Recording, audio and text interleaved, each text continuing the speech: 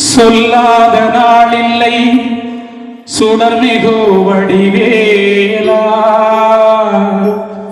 சுவையான முதே செந்தமிழாலே.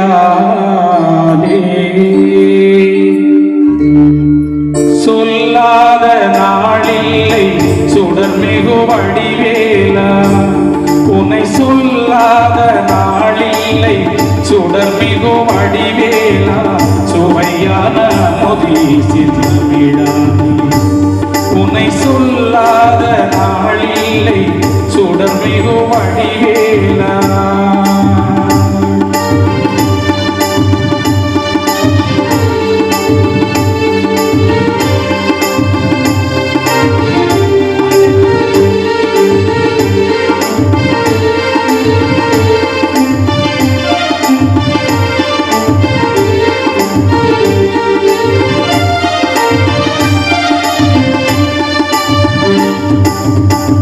கல்லாத எளியோரின் உள்ளம் ஒரு ஆலயமோ, கல்லாத எளியோரின் உள்ளம் ஒரு ஆலயமோ, கடல் ஆறு படை வீடும் நிலையான ஜோதி. உன்னை சொல்லாத நாளில்லை சுடர்மிகு வடிவேலா, சுவையான முதே செந்தமிழாலே. உன்னை சொல்லாத நாளில்லை சுடர்மிகு வடிவேலா.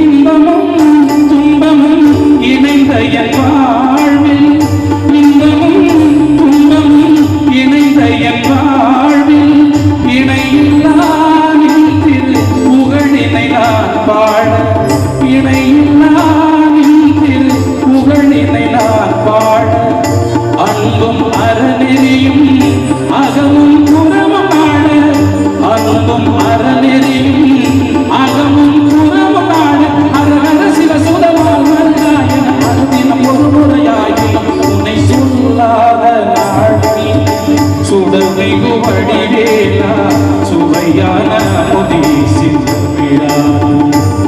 உன்னை சொல்லாத நாளில் சுடர்மிகு வடிவேலா,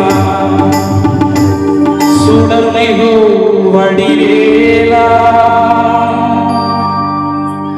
தமிழ் கடவுள் முருகப்பெருமானை வணங்கி இந்த அற்புதமான வேளையில் இந்த இனியதொரு வாய்ப்பினை வழங்கி மேடையை எங்களிடம் ஒப்படைத்துவிட்டு என்னதான் நடக்கிறது பார்ப்போம் என்பது போல அமர்ந்திருக்கிற விழா குழுவினருக்கு ஒரு நன்றியினை சொல்லி, அருமையான ஊர், இனிமேதான் எல்லாரும் வருவாங்க நினைக்கிற இந்த சத்தம் கேட்டு, அருமையான தலைப்பை கொடுத்து ஒரு இன்னிசை பாட்டு பட்டிமன்றம் ஆடி பெருவிழாவை முன்னிட்டு வடலூர் வானவில் நகர் முக்கியஸ்தர்கள், பெரியவர்கள், தாய்மார்கள், இளைஞர்கள் இணைந்து நடத்தக்கூடிய அருள்மிகு ஸ்ரீ மாரியம்மன் ஆலயத்தினுடைய ஆடி திருவிழாவில் இந்த ஜிஎஸ்கே ஃபவுண்டேஷன் நடத்தக்கூடிய ஒரு மாபெரும் இன்னிசை பட்டிமன்றத்திற்கு நல்ல வாய்ப்பினை நல்கிய உங்கள் அத்தனை உள்ளங்களுக்கும் மீண்டும் ஒரு முறை எங்கள் பட்டிமன்ற குழுவின் சார்பில் நெஞ்சார்ந்த நன்றியினை சொல்லி,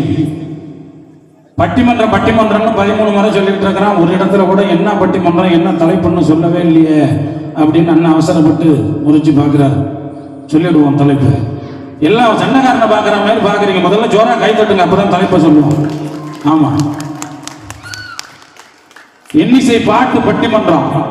ஒரு காலத்துல பாத்தீங்கன்னா மேடை நாடகங்கள் தெருக்கூத்துல ஆரம்பிச்சு இயலிசை நாடகம் என்றோம். பாத்தீங்கன்னா நாடகம், புராண கதைகள், இதிகாசங்கள் எல்லாத்தையும் கொண்டு வந்து கண்முன்னே நிறுத்தினாங்க. அது காலம் மருவி கொஞ்சம் காலம் கழிச்சு பாத்தீங்கன்னா தெருக்கூத்துல பாடல்கள் மூலமாக தங்களுக்கு அறிந்த கதைகளை, கேட்ட ஞானத்தை, கேள்வி ஞானத்தை வைத்து முறைப்படி பெரிய சங்கீதம் படிக்கலனாலும் கூட ஒரு 3 மணி நேரம் 4 மணி நேரம் பார்த்தீங்கன்னா மேடையிட்டு தெருக்கூத்துகளிலே நல்ல கதை அம்சம் உள்ள நாடகங்களை நடித்து காமித்தார்கள். அது போச்சு. அடுத்து ஆர்கெஸ்ட்ரான்னு ஒன்று வந்துச்சு.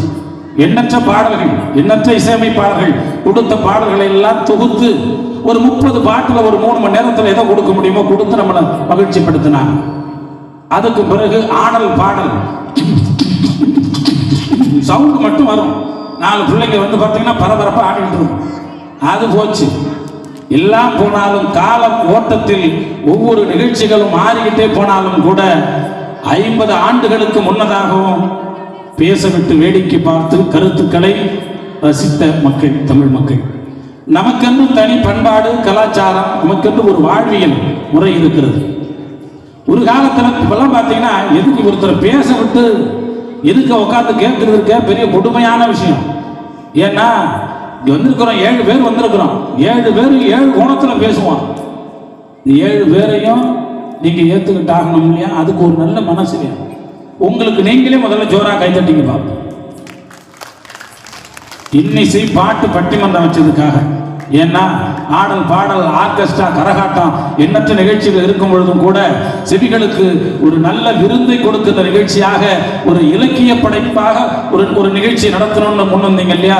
உண்மையிலே இந்த சிதம்பரத்தை தாண்டிட்டோம்னா நல்ல செய்திகளை நகைச்சுவையை எடுத்து சொல்லக்கூடிய இடத்துல எடுத்து சொல்லலாம். கேட்கின்ற ஆற்றல் மிக்க ரசிக பெருமக்கள் சுவைஞர்கள் கருத்துக்களை உள்வாங்கக்கூடிய நபர்கள் இந்த கடலூர் மாவட்டம். அதிகமாக இந்த பக்கம் வடக்கத்தை வந்துட்டோம்னா அவ்வளவு அற்புதமான ரசிக பெருமக்கள். உங்களுக்கு நான் முதல்ல நன்றியை சொல்லிக்கிறோம். எங்க பக்கம்லாம் பார்த்தீங்கன்னா போவீங்கன்னா பட்டிமன்றம் மண்டாட்டு போயிடும், இருக்கிற கூட்டத்தெல்லாம் கலைச்சி விட்டுருவான். போய் இந்த இடத்துல திருவிழா நடக்குது, இன்னைக்கு நிகழ்ச்சி அற்புதமா வந்து அமர்ந்து விழா குழுவினரையும் கோயில் தர்மகர்த்தாவிலிருந்து எல்லாரும் வந்து கிட்ட இருந்து நிகழ்ச்சி ஆரம்பிச்சு வச்சுட்டு எந்த தொந்தரவும் பண்ணல. ஆரம்பிக்கலாமே, நீங்க ஆரம்பிச்சிருங்க அப்படின்ட்டீங்க. அற்புதமா என் ஊர்ல திருவிழா கிட்டத்தட்ட 10 நாள் நடக்கும். சித்திரை மாசம் 1ஆம் தேதி ஆரம்பிச்சு சித்திரை 10ஆம் தேதி முடியும் நிகழ்ச்சி. 10 நாளுக்கும் ஒவ்வொரு நாளும் ஆர்கெஸ்ட்ரா, ஆடல் பாடல், கரகாட்டம், பட்டிமன்றம் நிகழ்ச்சி வரிசையா நடக்கும். இந்த நிகழ்ச்சிக்கெல்லாம் அட்வான்ஸ் வாங்குற பார்ட்டி சித்திரை 1க்கு முன்னாடி பங்குனி கடைசியில் வந்து எல்லாம் பார்த்தீங்கன்னா போட்டி போட்டுட்டு வந்து நிற்பாங்க. இப்போ இங்கே பார்த்தீங்கன்னா நிகழ்ச்சி அற்புதமாக நடக்குது, அமர்ந்து ரசிக்கிறீங்க. எங்கள் ஊரில் நிகழ்ச்சி ஒவ்வொரு தெருவிலும் ஒவ்வொரு பார்ட்டி நிகழ்ச்சி நடத்துகிற பார்ட்டிகளுக்குள்ள எந்த போட்டி பொறாமை எந்த விஷயமும் இருக்காது. ஆனால் இந்த நிகழ்ச்சி நடத்த வர்றாங்கல்ல, பட்டிமன்றம், ஆர்கெஸ்ட்ரா, ஆடல் பாடல், கரகாட்டம், நாடகம், இந்த குரூப்புகளில் போட்டி வந்துடும்.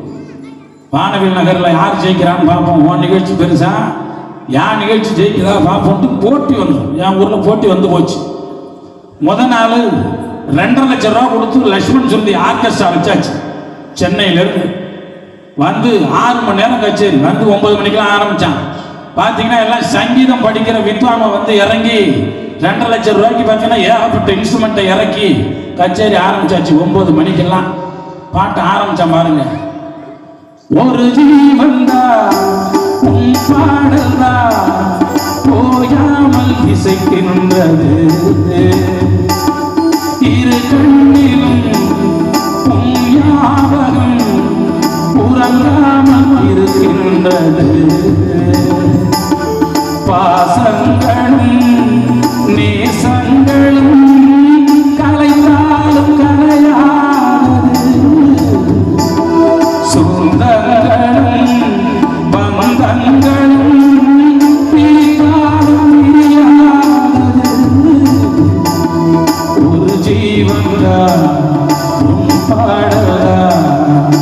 விடிய விடிய 6 மணி நேரம் கச்சேரி பிச்சு பெனாட்டி எடுத்துட்டாங்க. ஊர்ல பேசின நாட்டமகாரரு 2.5 லட்சம் ரூபாய்க்கு மேல 2.25 லட்சத்தை கொடுத்து அனுப்பிச்சு விட்டார்.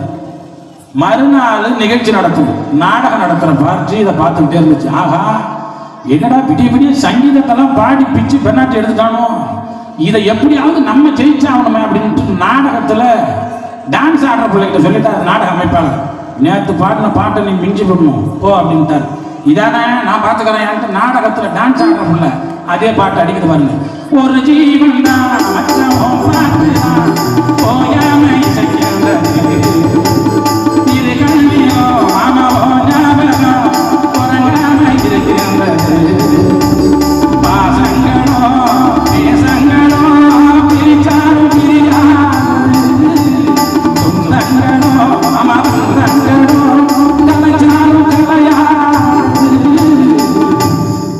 நாடகம் முடிஞ்சு கோயில் தர்மகர்த்தா கூப்பிட்டு வாமா பிரமாதமா பாடிவிட்டு அந்த பாட்டை மிஞ்சி விட்டேன்னு 40,000 ரூபாய் பேச நாடகத்துக்கு 60,000 ரூபாய் கொடுத்து அனுப்பிச்சிட்டாங்க. 3வது நாள் கரகாட்டம் நடத்துகிற கோஷ்டி விட்டு பார்த்துட்டு இருக்கு. இது 2 நாளும் நல்ல நிகழ்ச்சி முடிஞ்சு பேமெண்ட் வாங்கிட்டு போயிட்டாங்க. கரகாட்டம் நடத்துகிற குரூப்பு ஆஹா நம்ம எப்படிலாம் ஜெயிக்கிறதுன்னு விட்டு பார்த்துக்கிட்டு இருந்தான். கரகாட்டத்துக்கு மேலக்காரர் அட்வான்ஸ் வாங்கினவர் கூப்பிட்டாருங்களா, என்ன பண்ணுவீங்க தெரியாது. இன்னைக்கு நம்ம நிகழ்ச்சி ஜெயிச்சாகணும், வின் பண்ணி ஆகணும்ட்டார். குரத்தி வேஷம் போடுற பிள்ளைய கூப்பிட்டுங்க வாடு அப்படின்ட்டார். ஏன்னா இந்த ரெண்டு நாள் இந்த ஒரு பாட்டை பாடி தானே ஜெயிச்சிட்டாங்க. வானவெல் நகரில் நாம் பேர் வாங்குறோம் பாருன்ட்டு கரகாட்டத்துல குரத்தி வேஷம் போடுற பிள்ளை அடிச்சது பாருங்க. ஒரு ஜீவன்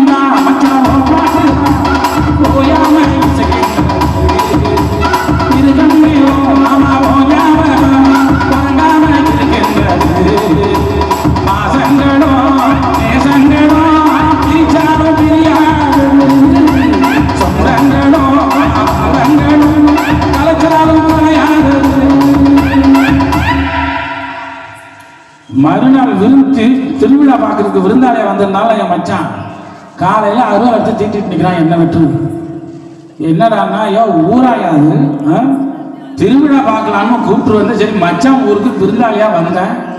3 நாளும் திருவிழாவில் ஒரே பாட்டை போட்டு கொலையா இருக்கிறானோ இது ஊராடாது, ஊரு வானம் உரம் வரான்னு கோச்சிட்டு போயிட்டார்.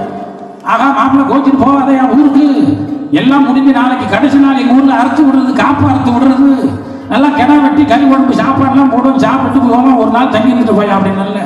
உன் ஊரில் இனிமேல் தலை வச்சு படுக்க மாட்டேன்டா மாப்பிள்ளான்ட்டான். சரி பரவாயில்லடா, இன்னைக்கு ஒரு நாள் என் ஊரில் தங்கு, இந்த ஊரில் என் ஊரில் நிகழ்ச்சி பார்க்கணும்னா பக்கத்து ஊருக்கு போயிட்டு வா, மறுநாள் எங்கள் ஊரில் கிணா வெட்டி பொங்க வைப்போம், சாப்பிட்டு ஊருக்கு போகலான்டானே. சரிடா அப்படின்ட்டு பக்கத்து ஊருக்கு போயிட்டான். போயிட்டு வந்து மறுநாள் காலையில் பொங்க வச்சு கிடா வெட்டி முடிஞ்சாச்சு. கோயிலில் கறி குழம்பு எல்லாம் வீட்டில் சமைச்சு முட்டை மீன் கறி சிக்கன் மட்டன் எல்லாம் எடுத்து எல்லாம் தலைவாழை இலைய பாய் மாதிரி விரிச்சு போட்டு சாதத்தை கொட்டி குழம்பெல்லாம் ஊற்றி ரெடியாக வச்சிருக்கிறோம். சாப்பிட மாட்டேங்கிறாங்க, கிழக்க பார்த்துட்டு இப்படியே உட்காந்துக்கிறான் முறைச்சிக்கிட்டு. ஏன்னா மாப்பிள்ள சாப்பிட்றா விருந்தாடி வந்த நீ அப்படின்னா வெறும் சோத்தை எவன்டா திம்பான் அப்படின்னா. ஏன்னா வெறும் சோத்தை எவன்டா திம்பாங்கிறானே.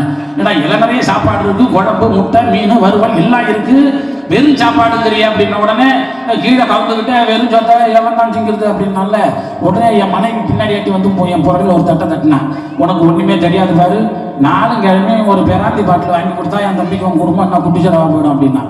ஓஹோ தம்பி வந்து டாஸ்மாக் பாட்டிலுக்கு வெயிட்டிங் போல் இருக்கு, சரி பரவாயில்ல அப்படின்ட்டு கடைக்கே போகாத நான் கிளம்பி போய் ஒரு ஆப்பு சரக்கு வாங்கி வந்து கையில் கொடுத்து சந்தோஷமா இருறான்னு சொன்னல. அப்படியே முறுக்கி ராவா சாப்பிட்டு விட்டு கவுந்துட்டான் இலையுமே. பெசஞ்சா மருந்த சாதத்தை கறி முட்டை மீன் எல்லாம் ஒன்றா போய் காது மூக்கு தலை கண்ணு வரைக்கும் சோத்தை வாரி அடிக்கிறான். ஒரு பருக்க ஒரு சாதம் வாய்க்குள்ளே போகலை. என்னடனா புல் போத ஊந்துட்டான், சாப்பாட்டில் ஊந்துட்டான், அடிச்சான் பாருங்க. ஒரு ஜீவன் உன் பாடல்தான் ஓயாமல் இசைக்கின்றது, இரு கண்ணிலும் உறங்காமல் தவிக்கின்றது. ஆக நடுவரவர்களே, கற்பில் சிறந்தவன் ராமனே என்று நல்ல தீர்ப்பை தருமாறு கேட்டுக்கொள்ளுகிறான்.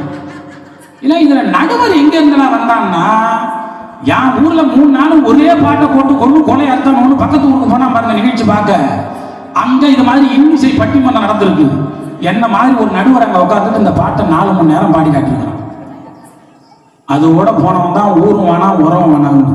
அது மாதிரி இருக்கக்கூடாது. இன்னைக்கு நிகழ்ச்சி நல்ல பாடல்களை, கருத்துள்ள பாடல்களை, தலைப்புக்கு ஒட்டிய பாடல்களை தர காத்திருக்கிறோம். எங்கள் பட்டிமன்ற குழுவினர் ஜிஎஸ்கே ஃபவுண்டேஷன் சார்பிலே அருமை சகோதரர் கணேஷ் சசிகலா அவர்கள், அருமை அண்ணன் அபிநயா கலை குழுமத்தினுடைய உரிமையாளர் எனது நெஞ்சம் நிறைந்த அண்ணன் பாரதி விஜய் அவர்கள் எல்லாம் இந்த நிகழ்ச்சி அற்புதமாக கொடுக்க காத்திருக்கிறார்கள். 2 இசையமைப்பாளர்கள், 6 பேரும் பேச்சாளர்கள் வந்திருக்கிறார்கள். பட்டிமன்றம் கடைசியாக தலைப்பு சொல்லவே இல்லை. நம்முடைய வாழ்க்கை, இன்று நாம் வாழ்ந்து கொண்டிருக்கிற வாழ்க்கை பூந்தோட்டமா போராட்டமா?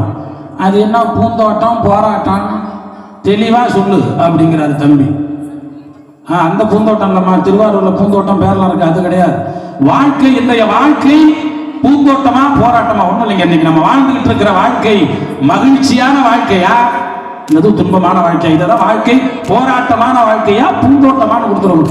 எவ்வளவுதான் இருந்தாலும் சில பேரை பாருங்க மனசுல சந்தோஷமே இல்லாம அப்படியே சுத்தி மாதிரியே வாழ்ந்துட்டு இருப்பான். சில பேர் பாருங்க ஒண்ணுமே இருக்காது, பணம் காசு மிகப்பெரிய பொருளாதாரம் எதுவுமே இருக்காது, தன்னுடைய மனசு அப்படி மகிழ்ச்சியா வச்சிருப்பான். 75 வயசுல ஒரு ஐயாட்ட போய் கேட்டேன், ஐயா உங்ககிட்ட மிகப்பெரிய பொருளாதாரம் ஒண்ணுமே இல்லை, ஆனாலும் நீங்க எப்பொழுதும் சிரித்த முகத்தோடு இருக்கிறீங்களே, உங்களால எப்படி முடிஞ்சு அப்படின்னா, என் வேதனையை, என்னுடைய கஷ்டத்தை, என்னுடைய குமுறலை உங்ககிட்ட சொல்லி நான் உன் மனசை நோக்கடிக்கிறதுனால என் கஷ்டம் தீர்ந்துட போகுதா? என் சின்ன வயசுலதே இறைவன் எனக்கு எழுதி வச்சுட்டான் போல் இருக்கு, கடைசி காலம் வரைக்கும் கஷ்டம் தான். அதுக்காக நான் என் மனசுல உள்ள கஷ்டத்தை முகத்துல காட்ட விரும்பல. என்ன இதுதான் வாழ்க்கைன்னு வாழ்ந்துட்டு போவோம் அப்படின்னா, ஒண்ணு நீங்க வாழ்க்கையில நீங்க எவ்வளவு இடையில சந்திச்சுக்கிட்டு இருக்கிறோம். சிதம்பரம் பஸ் ஸ்டாண்ட் வந்து இறங்கினேன் 6 மணிக்கெல்லாம். அண்ணன் 6 மணிக்கெல்லாம் வடலூர் வாழ்ந்தாரு. 6 மணிக்கு தான் சிதம்பரமே வந்து ஐயோ நேரத்தோட போகணுமே அப்படின்ட்டு சிதம்பரம் பஸ் ஸ்டாண்ட்ல இப்படி திரும்பி இறக்கி பார்த்தேங்க. திரும்பி பார்த்தேன், வயிறு வலி தாங்கல. இதை சரி பண்ணாதானே கணேசன் எங்க நிகழ்ச்சிக்கு வர முடியும். அண்ணன் நிகழ்ச்சிக்கு போறதுக்கு முன்னாடி இதை சரி பண்ணுமே அப்படின்ட்டு திரும்பி பார்த்தேன். முன்னெல்லாம் இந்த பஸ் ஸ்டாண்ட்ல பாத்தீங்கன்னா போர்டு எழுதி வச்சிருந்தான் அழகா, பெயிண்ட்ல ஆயில் பெயிண்ட்ல எழுதி கட்டண கழிப்பறைன்னு போர்டு இருந்துச்சு. ஒரு ஆள் அப்படி தூங்குவான், கிட்ட போனோம்னா 1 ரூபா 2 ரூபா காசு வைப்பான், கொடுத்துட்டு உள்ள போய் வைத்த கக்கூசி ரூம்ல சுத்தம் பண்ணிட்டு வந்தோம். வேற ஒண்ணும் இல்லை, பெரிய நான் இதிகாசம் புராணத்தை சொல்ல யதார்த்தத்தை தான் சொல்றேன். சிதம்பரத்துல இறங்கி இப்படி திரும்பி பார்த்தேன். இப்பெல்லாம் அந்த பழைய போர்டெல்லாம், கட்டண கழிப்பறை போர்டெல்லாம் புழுங்கி கடாசிட்டாங்க. பாத்தீங்கன்னா எங்க பார்த்தாலும் இப்ப டிஜிட்டல் பேனர் வச்சிருக்கிறான்.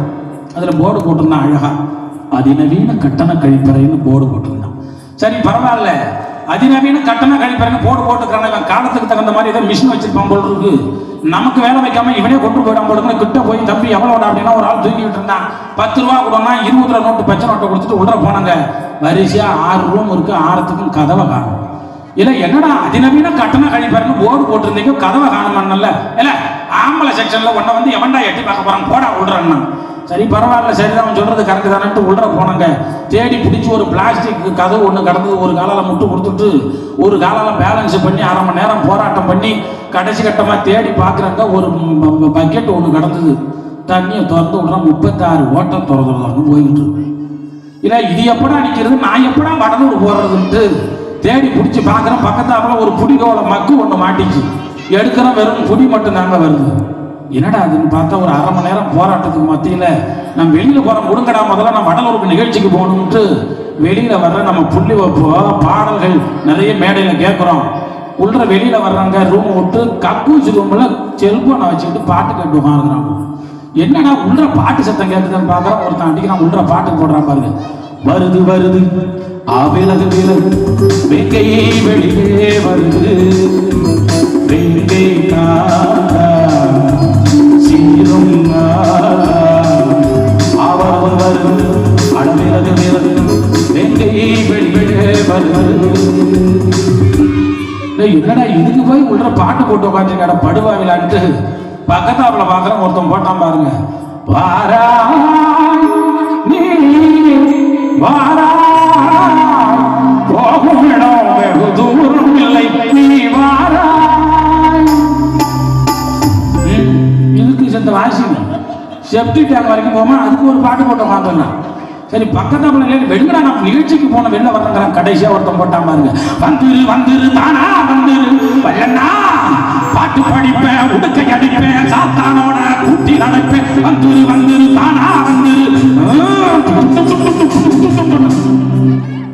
வராது என்ன வண்டி வச்சு இருக்கிற படுவா ராஜ்பட்டு வெளியில வந்து என்ன நம்ம பட்டு வந்த பாதம் போதும்னே 20 ரூபா கொடுத்தோம், 10 ரூபா போக பாக்கி 10 ரூபா கொடுன்னு ரொம்ப அழகா சொன்னான் பாருங்க.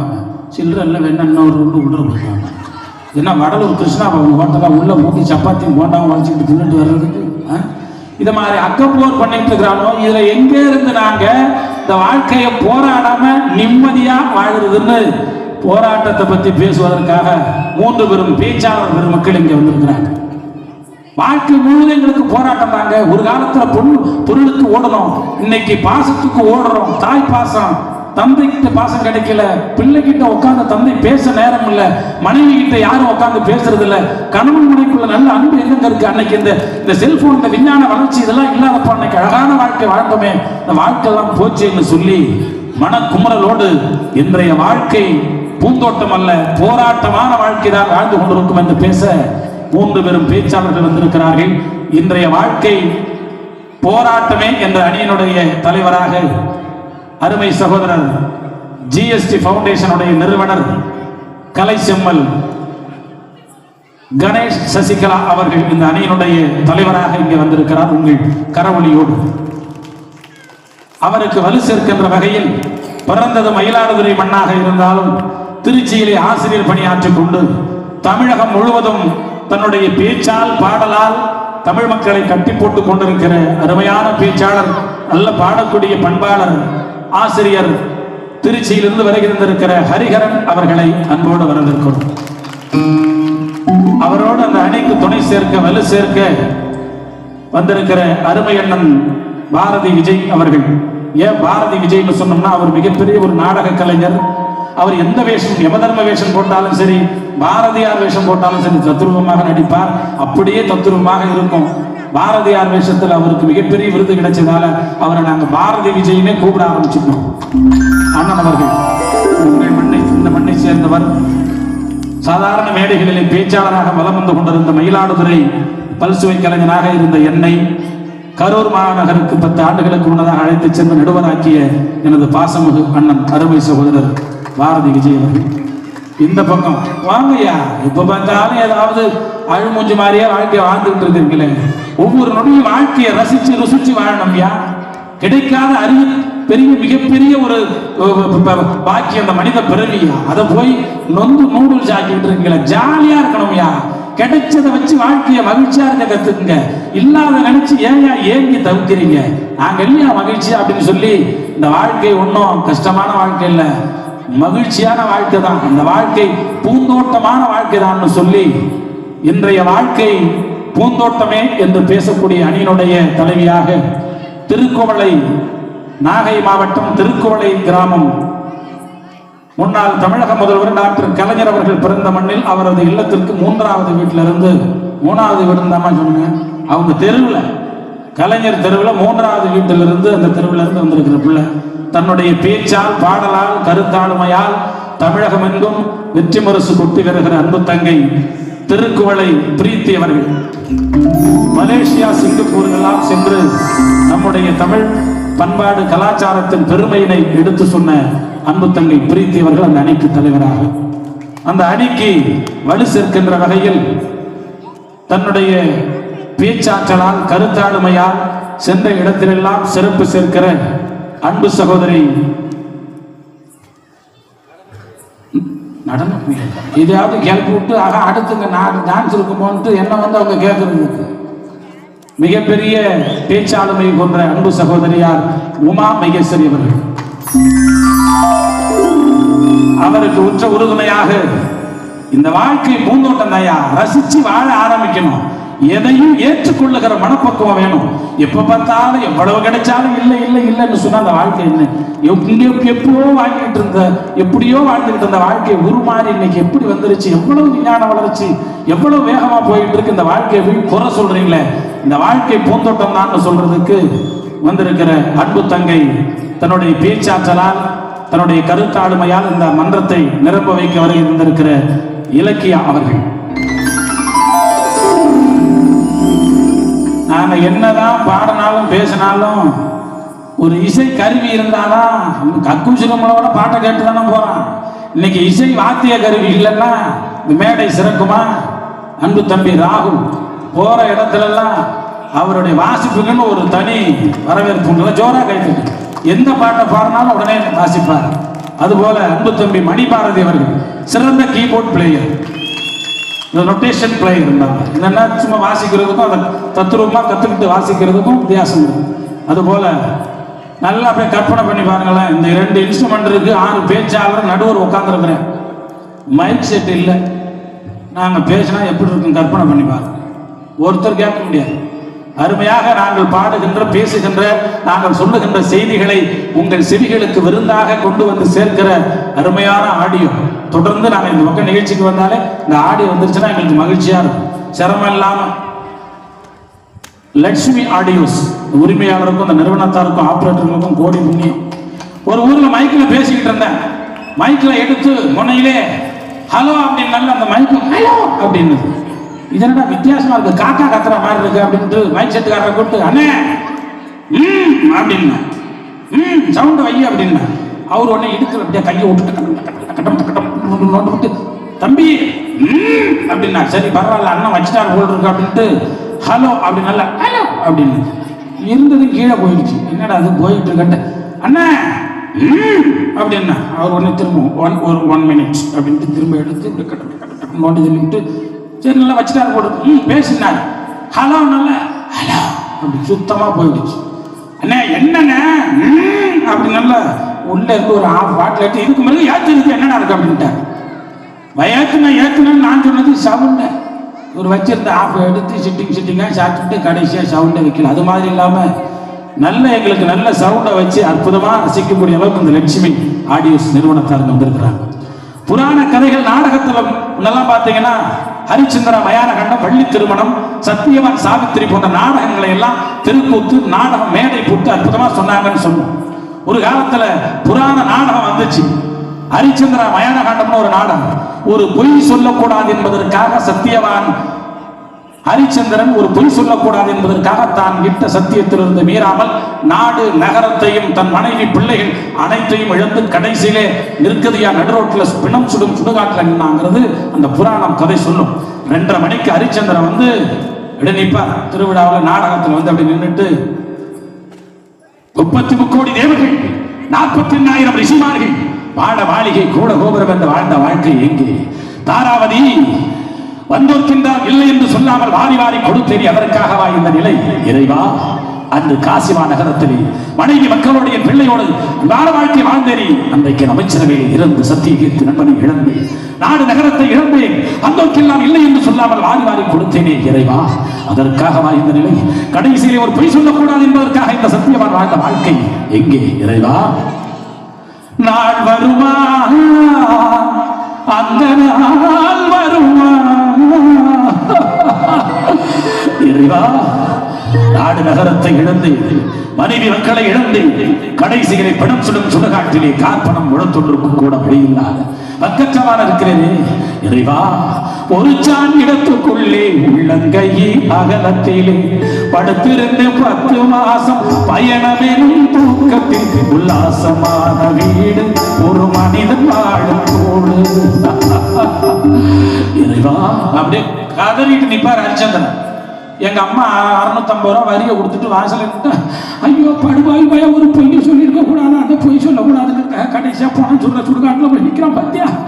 ஐயோ கடவுளே, அப்படி இந்த தத்ரூபமாக அவன் பிணம் சுட்ட காட்சி உண்மையா பொய்யா புராணம் தெரியாது. ஆனாலும் கூட சத்தியத்திற்காக ஒரு பொய் சொல்லக்கூடாது என்பதற்காக ஒரு சத்தியவான் வாழ்ந்தான். வாழ்க்கையில பொய் சொல்லக்கூடாதுங்கிறதுக்காக ஒரு நாடகத்தை நடிச்சு காட்டினான். அன்றைக்கு தலைவர்கள் மேடையிட்டு பேசினாங்க. மேடையில பேசினாங்க.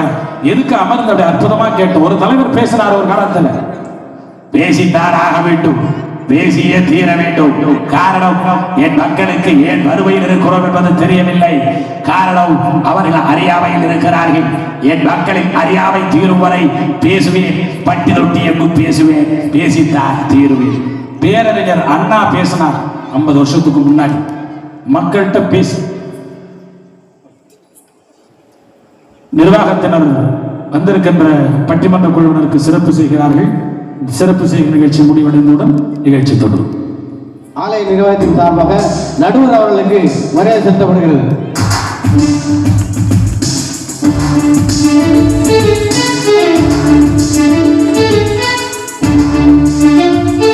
அடுத்தபடியாக பிஎஸ்கே ஃபவுண்டேஷன் திரு கணேஷ் சசி அவர்களுக்கு விழா கோவில் சார்பிலே பொன்னாடை அணிவித்து மரியாதை செலுத்தப்படுகிறது.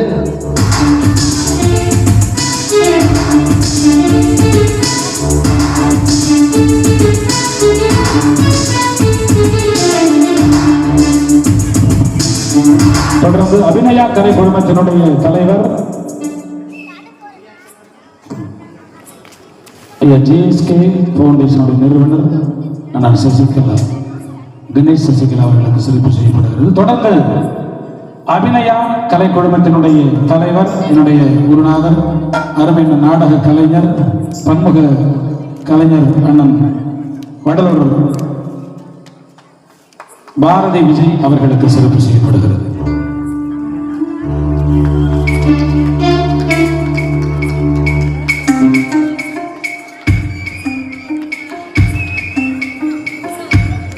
தொடர்ந்து சிம்மக்குரலும் அன்பு தம்பி ஆசிரியர் பேச்சாளர் ஹரி அவர்களுக்கு சிறப்பு செய்யப்படுகிறது.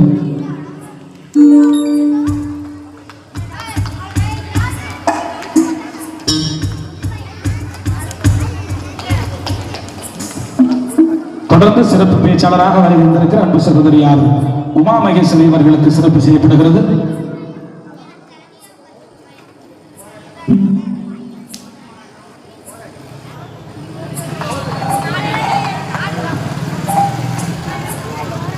சகோதரி உமா மகேஸ்வரி அவர்களை தொடர்ந்து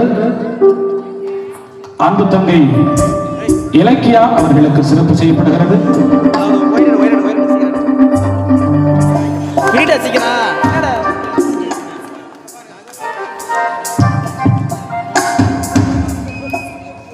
சிறப்பு பேச்சாளர் திருக்குவளையிலிருந்து வருகின்றிருக்கிற அன்பு தங்கை பிரீத்தி அவர்களுக்கு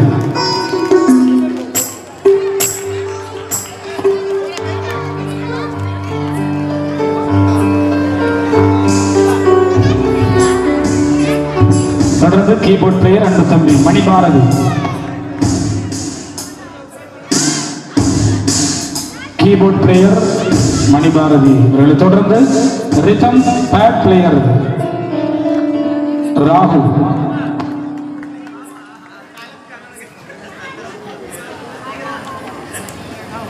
ரிதம் பேட் பிளேயர் ராகுல் அவர்களுக்கு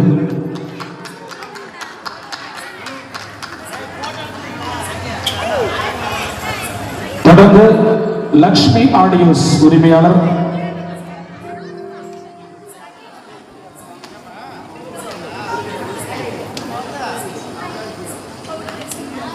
ஜிஎஸ்கே ஃபவுண்டேஷன் சார்பில் கிராம பெரியோர்கள் இருவருக்கு சிறப்பு செய்யப்படுகிறது. நான் அபிநயா கலை குழுமத்தின் தலைவர் பாரதி விஜய் அவர்கள் சிறப்பு செய்கிறார்கள். தொடர்ந்து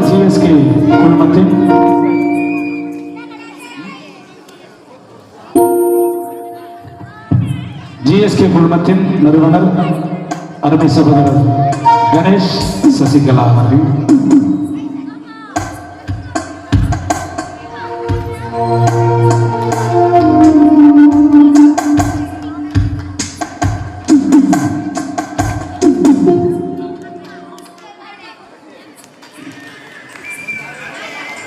பேரறிஞர் அண்ணா மேடையிட்டு இந்த மக்கள் விழிப்படையாம இருக்கிறாங்க. என் தமிழ் மக்கள் அவர்களுக்கு அவங்க வாழ்க்கையில என்ன நடக்கிறது தெரியாமலே வாழ்றாங்க. அந்த மக்களுக்கு விழிப்புணர்வு வர்ற வரைக்கும் நாம் பேசுவோம் மேடையில் அப்படின்னு சொல்லி பேசி விழிப்புணர்வு ஏற்படுத்தினது அந்த காலம். பேச்சாற்றலுக்கு அவ்வளவு மகிமை இருந்துச்சு. ஏன்னா தலைவர்களை பேச விட்டு அவங்க என்ன கருத்துக்களை சொல்றாங்கன்னு உள்வாங்கி அதன்படி அந்த காலத்தில் நடக்க வேண்டிய கட்டாய சூழல். ஆனா இன்னைக்கு அப்படி கிடையாது. இன்னைக்கு பாத்தீங்கன்னா விஞ்ஞான வளர்ச்சியில டிவியை பார்த்தா தெரிஞ்சுக்கணுமா அப்படிலாம் இல்லை. உள்ளங்கையில வச்சிருக்கிறோம் உலகத்துக்கு எல்லா செய்தியும் தெரியும், எல்லா நிகழ்ச்சிகளும் தெரியும்.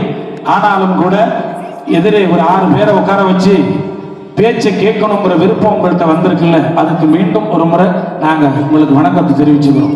பேரறிஞர் அண்ணா சொன்னார். அதற்கு பிறகு இந்த மாநிலத்தை 5 முறை ஆட்சி செஞ்ச ஒரு தலைவர் பேசினார்.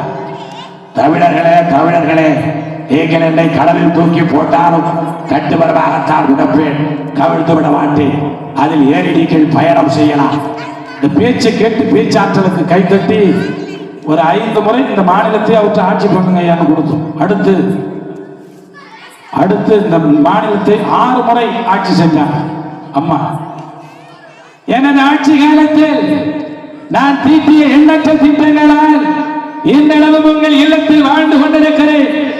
அன்பு பெரியவர்களே, உங்கள் உயிர் மூச்சு உள்ளவரே, இந்த செல்வியை நீங்கள் மறக்காமல் இருப்பீர்களா? நீங்கள் செய்வீர்களா? அந்த பேச்சை கேட்டு அப்படி புல்லரிச்சு போய் கைத்தோம். பேச்சு ஆற்று. கடைசியா பாத்தீங்கன்னா திரையில 4 பேர் ஒரு பொம்பளை பிள்ளை நடு ரோட்டில் போகும். உள்ளே போட்டு 4 பேர் அலங்கமலம் கட்டி அடிச்சு அப்படியே அங்கேயும் இழுப்பாங்க. அங்கேருந்து ஒருத்தர் வந்து நிற்பார். அவளை கொண்டு போய் நம்ம குடோன்ல வச்சு கூட்டுங்களா அப்படிமா எம்மன் நம்பியா. அப்படி பார்த்தீங்கன்னா தலைவர் எங்க இருந்து வர்றாருன்னே தெரியாது. நடுப்புற ஒரு கம்போட அப்படியே வந்து இறங்குவார். என் உயிரை கொடுத்தாலும் பொறுப்பேனே தவிர என் தமிழ்நாட்டு பொண்ணோட மானம் போவதற்கும் தமிழ்நாட்டு புலி மண்ணு போவதற்கும் வித்து கொடுக்க மாட்டோம்தான். பார்த்துவோமா, இதை என் தாய் மேல ஆன அப்படிம்பா. தலைவர் எங்க இருந்து வர்றாருன்னே தெரியாது. இந்த மண்ணிற்கும் தாய் நாட்டிற்கும் இந்த நாட்டில் பிறந்த பெண்களுக்கும் பாதுகாப்பு கொடுக்க வேண்டியது ஆண்களின் கடமைன்னு சொல்லி இந்த பண்பாட்டை திரைப்படத்தில் அன்னைக்கே காட்டினாங்க. ஒரு தாயும் ஒரு மகனை நடுரோட்டில் போவாங்க 9:30 மணிக்கு. கேப்டன் பிரபாகரன் ஒரு படம், புரட்சி கலைஞர் நடிகர் கேப்டன் விஜயகாந்த் நடிச்ச அற்புதமான படம். இந்த தாயும் பிள்ளையும் வருவாங்க. ஒரு போலீஸ் அதிகாரி பொன்னம்பலம் நடிகர் போய் அந்த தாய்கிட்ட வம்பு இழுத்து போலீஸ் ஸ்டேஷனுக்கு அழைச்சிட்டு போயிடுவார். இரவு 9 மணிக்கு மேல ஆண் காவலர்கள் காவல் நிலையத்தில் பெண்களை வைக்கக்கூடாதுங்கிறது அன்னையிலேருந்து சட்டம். இவர் அங்கிருந்து வருவார். பார்த்தீங்கன்னா அப்பதான் விஜயகாந்த் ஒரு ஜீப்ல வந்து இறங்கி சண்டையிட்டு அந்த தாயையும் பெண்ணையும் காப்பாற்றி ரோட்டுக்கு கொண்டு வந்துட்டு சொல்லுவாங்க, பெண்களை தாயா தெய்வமா மதிச்சா மட்டும் போதுமா? கருமாரியம்மன், காளியம்மன், பேச்சியம்மன், மாரியம்மன் பேர் வைக்கிறீங்களே, அந்த தாய்களுக்கு அந்த பெண்களுக்கு மரியாதை கொடுக்கிறீங்களா? தமிழ்நாட்டுல 12 மணிக்கு மேல என்னைக்கு தாய்மார்கள் தனியா நடந்து போறாங்களோ அன்னைக்கு தான் நான் என் தேசத்துக்கு சுதந்திரம் வந்ததா சொல்லுவேன். காரணம், என்னைக்கும் பெண்களுக்கு பாதுகாப்பு இல்லையா அப்படின்னு வைத்தறிச்சலோட பேசினார். இப்ப பெண்களுக்கு இந்த சமூகம் பாதுகாப்பு கொடுத்தே ஆக வேணும் அப்படிங்கிறது கட்டாயம். அன்னையிலிருந்து பாத்தீங்கன்னா இன்னைய வரைக்கும் இந்த சமூகத்துல வாழ்வியல் முறையில பாத்தீங்கன்னா மாற்றம் பெருசா வரல. பெற்ற தாய் மீது பாசம் வச்சோம், அன்னைக்கு தந்தையின் மீது பாசம் வச்சோம், காதல், அன்பு, நேசம் எல்லாம் இது எல்லாம் அடங்கியதான் இந்த வாழ்க்கை. இந்த வாழ்க்கை இன்னைக்கு நம்ம வாழ்ந்து கொண்டிருக்கிற வாழ்க்கை பூந்தோட்டமா போராட்டமா கேள்வி கேட்டிருக்கோம். இவங்க பூந்தோட்டம் என்ன இவங்க, இல்ல போராட்டம் என்ன இவங்க. என்ன போராட்டம் என்ன பூந்தோட்டம் வாழ்க்கை பாத்தீங்கன்னா வாழ்க்கை மனசை மகிழ்ச்சியா வச்சிருக்கேன்னு சொல்றாங்க. பிறந்த ஊருக்கு புகழச்சேரு, வளர்ந்து நாட்டுக்கு பெருமை சேரு. பிறந்த ஊருக்கு புகழச்சேரு, வளர்ந்து நாட்டுக்கு பெருமை சேரு. 4 பேருக்கு நன்மை செஞ்சா கொண்டாடுவா பண்பாடுவா. எல்லாரும் உழைச்சதுக்கு முன்னாக பலருக்கு ஊரோடு சேர்ந்து வாழும். அம்மனர்கள் சேரும் நம்ம துணையாகும். ஆடலாம் பாடலாம் கொண்டாடலாம், ஆனந்தம் காணுவோம் என்னாலும். பொதுவாக என் மனசு தங்கம், ஒரு போட்டியில் வந்து விட்டா சிங்கம். உண்மையே சொல்வேன், அல்லதே செய்வேன், வெற்றி மேல் வெற்றி வரும். ஆடலாம் பாடலாம் கொண்டாடலாம், ஆனந்தம் காணுவோம் என்னாலும். ஆடுவோம் பாடுவோம் கொண்டாடுவோம், ஆனந்தம் காணுவோம் என்னாலும். இப்படி எப்போதும் மகிழ்ச்சியா வச்சிருங்க. நம்மால முடிஞ்சது பிறந்த ஊருக்கு புகழ சேரு, வளர்ந்து நாட்டுக்கு பெருமை சேரு. நான் என்ன நாட்டுக்கு செஞ்சேன்னு சந்தோஷமா வாழ்க்கையை வாழ்ந்துட்டு போன்னு மகிழ்ச்சியா இருக்கணும். அதுதான் வாழ்க்கை அப்படின்னு சொல்றதுக்கு இவங்க வந்திருக்கிறாங்க. இந்த வாழ்க்கை பூந்தோட்டம் தான் அப்படின்னு சொல்லி என்னதான் வாழ்க்கை இருந்தாலும் இன்னைக்கு நாங்க போயிட்டு இருக்கிறோமே பணம் பணம் பணம்னு. ஒன்னும் தெரியாளானாலும் பணம் இருந்தாலே, ஒன்னும் தெரியாளானாலும் பணம் இருந்தாலே, அவனை உயர்த்தி பேச மனிதன் கூட்டம் தப்பாது. இன்ன அறிவு இருந்தாலும் பணம் இல்லாதாலும், இன்ன அறிவு இருந்தாலும் பணம் இல்லாதாலும் உலகம் எந்த நாடும் மனிதனாக மதிக்க மாட்டார்.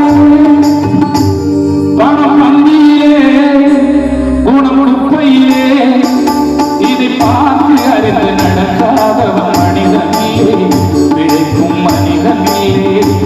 பணம் மந்தியிலே குணமுடுப்பையிலே. என்னையா வாழ்க்கை இது? வாழ்க்கை முழுக்கும் பணம் பணம் பணம், காசு, பொண்டாட்டி, புள்ள, குடும்பம், கஷ்டம் வாழ்ந்துட்டு இருக்கிறவன் இந்த வாழ்க்கை நாங்க எப்படி பூந்தோட்டம்னு சொல்ல முடியும்? வாழ்க்கை முழுக்க வெறும் கஷ்டத்தையும் வேதனையும் தாயா நாங்க அனுபவிச்சுட்டு இருக்கிறோம்னு. இந்த பக்கம் மகிழ்ச்சியான வாழ்க்கைங்க, அருமையான வாழ்க்கை. அன்னைக்கெல்லாம் பாத்தீங்கன்னா தாய் மீது பாசம், இன்னைக்கும் தாய் மீது பாசம் வச்சுட்டு தான் இருக்கிறோம் இல்லையான்னு கேட்கிறாங்க. எல்லாம் எனக்குள் இருந்தாலும் என்னை தனக்குள் வை